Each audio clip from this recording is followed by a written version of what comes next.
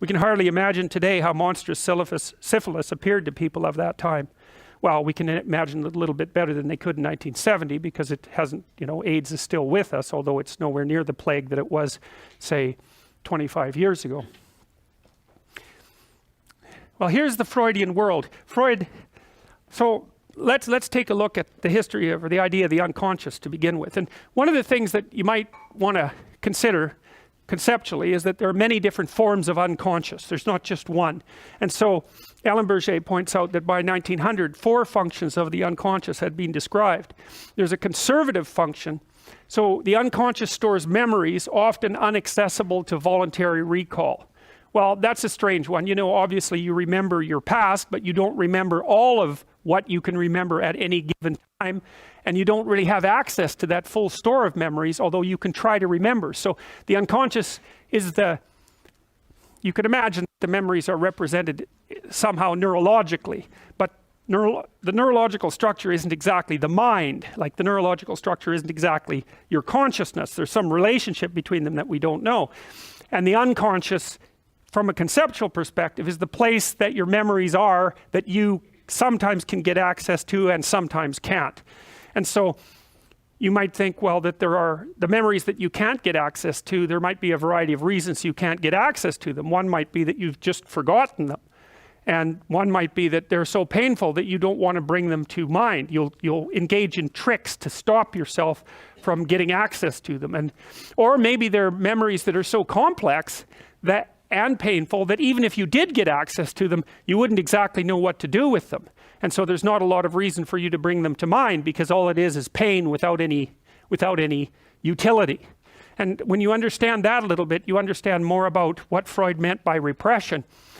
The thing about Freud is that he kind of believed that, like many people believe now, that when you remember an event in the past, it's almost as if you're using a videotape recorder, and that when you experience that, the memory is somehow recorded in you like it happened. But that's not a very accurate version of how memory works. I mean, we know that memories can be easily distorted. For example, if you interview someone about an event and you make suggestions that there was something present in the event that wasn't there, and then you bring them back a couple of weeks later and you ask them about the same event, they'll often incorporate the thing that they were told into the event. And the idea that you can make an objective record of something that's happening to you is kind of a strange notion anyways, because, so for example, if you're having an argument with someone and later you're asked what the argument was about and the other person is asked what the argument is about, there's no necessary reason why the accounts will jibe at all, because a lot of time when you're having an argument with someone, you're arguing about what the argument is about. Right? You say, well, you're angry at me. Well, why? This is why I think you're angry at me. And you say, no, this is why I think this event has occurred. And you're thinking about, especially if we know each other well, you're thinking about the contextualization of that event across our entire history. And I'm doing the same thing. And I'm going to highlight things that you're not going to highlight. And I'm going to draw causal inferences that you're not going to draw. And for us just to get on the same page about the memory is going to be very difficult. So the idea that, especially with complex interactions with people, that you can somehow make a video recording of the memory and actually capture what happens is very, very, it's not true. You can't. I mean, you might be able to extract out certain objective facts, but generally, if it's a dialogical issue, if it's a relationship issue, it spans such a long period of time that just cutting a slice of it out doesn't constitute a reasonable record of what it means. And that's what you're more concerned with too. Like when you have an experience, you're not so much concerned about what happened from an objective perspective. You're more concerned about what the experience means. And then you might ask, well, what does it mean to mean something? And that was the question I was trying to answer in that paper I had you read right at the beginning of the class. But one of the things that meaning means is that it has implication for the way you look at the world or the way you act in the world. And so if I tell you something meaningful, what that's going to mean is in the future you're going to act slightly differently or maybe radically differently depending on how meaningful it is, but also that the way that you look at the world has shifted. And the way that you look at the world is actually an unconscious process. I mean, you don't know while you're looking at the world how it is or why it is that you're looking at the world in that way. I mean, because, well, First of all, it would just be too complicated. And second, you wouldn't be able to concentrate on what was actually going on. So your attention, for example, is mediated by unconscious forces. And you know that perfectly well. And this is another Freudian observation. You know, if you're sitting down to study, for example, your conscious intent is to study. But you know perfectly well that all sorts of distraction fantasies are going to enter the theater of your imagination non-stop and annoyingly. And there isn't really a lot you can do about that except maybe wait it out. You know, so you'll be sitting there reading and your attention will flicker away. You'll think about, I don't know, maybe you want to watch Jane the Virgin on Netflix or something like that. Or maybe it's time to have a peanut butter sandwich. Or you should get the dust bunnies out from underneath the bed. Or it's time to go outside and have a cigarette. Or maybe it's time for a cup of coffee. Or it's like all these subsystems in you that would like something aren't very happy just to sit there while you read this thing that you're actually bored by. And so they pop up and try to take control of your perceptions and your actions nonstop. Maybe you think, well, this is a stupid course anyways. Why do I have to read this damn paper? And what am I doing in university? And what's the point of life? It's like you can really get going if you're trying to avoid doing your homework. And then you might think, well, what is it in you that's trying to avoid? Because after all, you took the damn course and you told yourself to sit down. Why don't you listen? Well, because you're a mess. That's basically why. You haven't got control over yourself at all. And no more than I have control over this laptop. Okay, so there's the memory function of the unconscious, and there's the dissolutive function. That's an interesting one. The unconscious contains habits, once voluntary, now automatized, and dissociated elements of the personality, which may lead a parasitic existence. That's an interesting one. I would relate that more to procedural memory. You know, so what you've done is practice certain habits, whatever they might be. Let's call them bad habits. And you like those things to get under control, but you can't. So maybe when you're speaking, for example, you use like and you know, and you say a lot. And you've practiced that, so you're really good at it. And you'd like to stop it, but you don't get to because you've built that little machine right into your being, right? It's neurologically wired, and it's not under conscious control. And anything you practice becomes that. It becomes part of you, and that's another element of the unconscious, a different part. And then there's a creative part, which is that, well, you know, you're sitting around and maybe you're trying to write something, or maybe you want to produce a piece of art or a piece of music, or maybe you're just laying in bed dreaming and you have all these weird ideas, and especially in dreams, it's like, where do those things come from? And even more strange, one of the things that's really weird about dreams, and almost impossibly weird, is that you're an observer in the dream. It's like a dream is something that happens to you.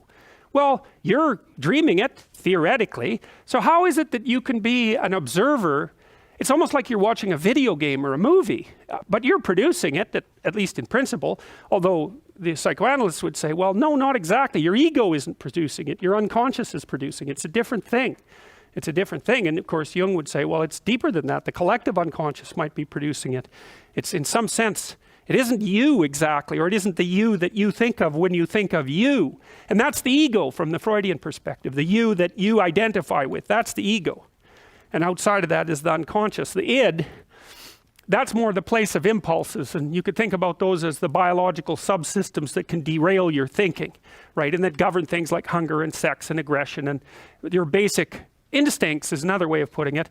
And it's a reasonable way of thinking about it because these are subsystems that you share with animals. You share them certainly with mammals. You share most of them with reptiles. You share a lot of them with amphibians, and even going all the way down to crustaceans. There's commonality, for example, in the dominance hierarchy circuits. And so these are very, very old things.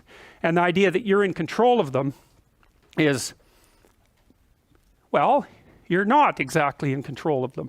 And I would say the less integrated you are, the less you're in control of them, and the more they're in control of you. And that can get really out of hand. You know, you can be like with people who have obsessive compulsive disorder, for example, which seems to be, I would say, the dissolutive elements in some sense of the unconscious, the way that it's portrayed here. Poor people with obsessive compulsive disorder, they can spend half their time doing things that they can't really control, and they have very strong impulses to do them. And it's very hard on them to block them. You know, they'll almost panic if those things are blocked. And then you have people with Tourette's syndrome, you know, that they'll be doing all sorts of weird dances and spouting off obscenities and imitating people without being able to control it, and sometimes a little bit of antipsychotic medication can dampen that down, but it's as if there are these autonomous semi-spirits inside of them that grip control over their behavior and make them do things. And you know, you find that to some degree in your own life, because maybe you've become very attracted to someone, even maybe you don't want to be attracted to the person, and then you find yourself, you know, texting them when you know perfectly well that you should be going to bed, and you know, you're in a grip of something, and you can't control it, and that's all part of the unconscious and all part of what Freud was studying. The dynamic unconscious, it's alive, and it's a composite. The mind is a composite of contradictory drives. Now, the way Freud thought about this basically was that with the id and the ego and the superego. So if you think about the id as the place where these contradictory drives emerge, so it's sort of nature within, the ego is the thing that's sort of being pushed back and forth by those contradictory drives, and the superego is the thing that's on top saying, you better behave yourself, you better behave yourself. And so it's a different model than the Piagetian model, because Piaget assumed that what would happen is that as the child, and I like the Piagetian model better, I think in healthy development the Piagetian model is correct, but in unhealthy development I think the Freudian model is correct, that instead of integrating, say, the aggressive and sexual drives, for the sake of argument, into your personality as you develop, what happens is the superego just represses them instead. So they don't become a dynamic part of you integrated into your ego, they're just repressed, you just don't manifest them.